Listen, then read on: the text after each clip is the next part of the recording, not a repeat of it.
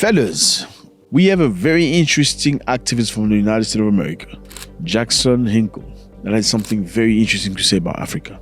And I think this is an eye-opener. He's made a speech that infuriates a lot of presidents in Africa because he's asked Africans to stand up for themselves. And many African presidents are very angry. They say he's putting his nose in business that does not concern him. He wants an Africa that stands up and not pretends to stand up. Let's listen to this man. I hope that Africa can take a note, and I hope that South Africa can take a note from the brave leadership that we've seen in the Sahel region of Africa. People like Captain Ibrahim Traoré, Mr. Chiani in Niger, people who are fighting for true sovereignty and who understand that humanity and war are equals, that war is just about being human, and that if you're not willing to threaten everything for the collective existence of your civilization, then you have no dignity, you have no honor at all.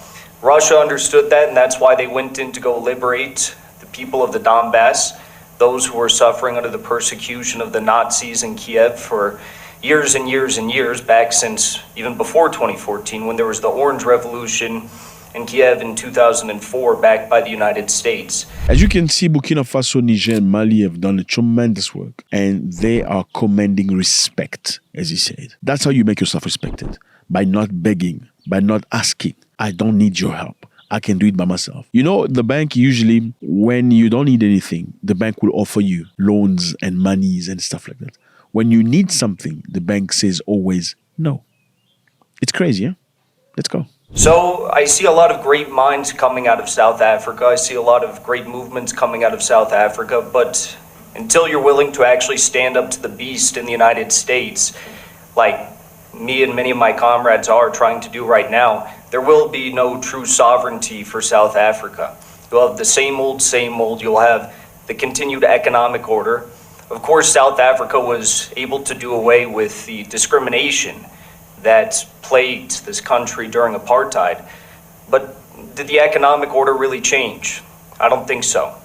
And until South Africa is willing to truly stand up to the West and, I guess, absolve itself of its past political mistakes, there will be no true sovereignty. So what he's saying is South Africa has been free for a long time, but South Africa is not free in terms of economics, because he says that South Africa is still run by the West, or the people that ran South Africa during apartheid. In other words, nothing has changed much beside the fact that you can walk through the street happy and supposedly free. Interesting. From America, I say many of us love you. We appreciate the struggle that you're all fighting for. We see it as a continued struggle that we fought for in 1776. If I were to draw on the history of China and the history of Iran and Korea and Russia, there's one bottom line determining factor with all of them, and that's that before their revolutions, before they commanded respect, the situation in each one of those countries was not great, whether it was being indebted to Western banksters, whether it was a series of illegal coups or regime change operations or assassinations. These countries did not command respect on the global stage to the Western imperialists. That's the same problem that Africa is facing today. There is no respect that is commanded to the imperialists except for the new confederation in Mali, and Niger, and Burkina Faso. And we've seen Russia come in and help secure the region against the US-backed threats from Al-Qaeda and other terrorist groups. But ultimately, I think that Africa needs to learn from China, from Korea, from Iran, and from Russia, who first had these beautiful revolutions that commanded the respect. Then they developed their militaries, they developed nuclear bombs, they developed all these sorts of things, and then they built their economies. We're sitting here and we're talking about being in the United Nations, having a rotating seat in the United Nations Security Council. We're talking about the economic plans of Africa in the future, new currencies, African Union. So Africans need to develop by following the footsteps of China. China used to be a poor country after World War II. Look at China now, technology-wise, army-wise, politically-wise. Unbelievable. Let's go. All of that doesn't mean a whole lot if the West is going to come in and trample all over you? What good is a seat at the United Nations if they're not going to listen to you? The United States has to listen to China. They have to listen to Russia because China and Russia have a bunch of nuclear bombs that are already pointed at every Western city. Now, of course, I support Africa having nuclear bombs. I understand we're far away from that, and maybe it's a bit controversial to say that. But what I think we also need to understand is that Africans are dealing with the same issues that the American citizens are dealing with under our own regime. Americans are dealing with fraudulent elections. We're dealing with censorship. We're dealing with the monopoly of land and private capital. And until Americans and Africans are able to command respect, then there really is no future for either of our peoples. Ultimately, to sum up, I want to bring in the point of Ukraine as well, because Ukraine did something very interesting recently. Zelensky realizes that the front line in Ukraine is collapsing. The Russians are moving in. So what did he do? He threatened the ability for Ukraine to be able to develop nuclear bombs. He said Ukraine can develop a nuclear bomb in several weeks. And then everyone got very worried about that.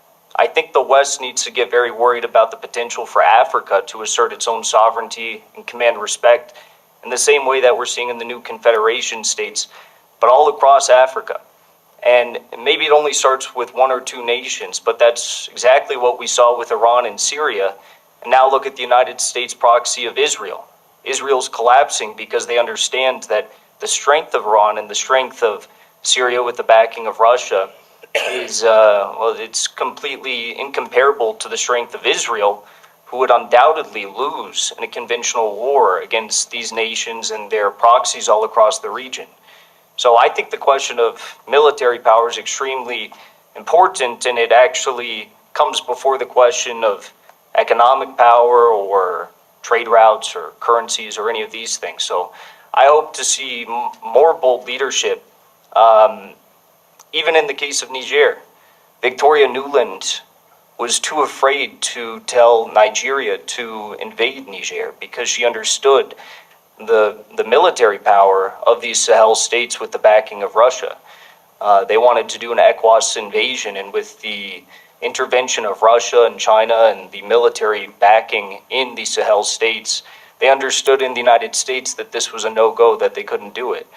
So I hope in my lifetime, I'll end here, that we'll see a nuclear Africa.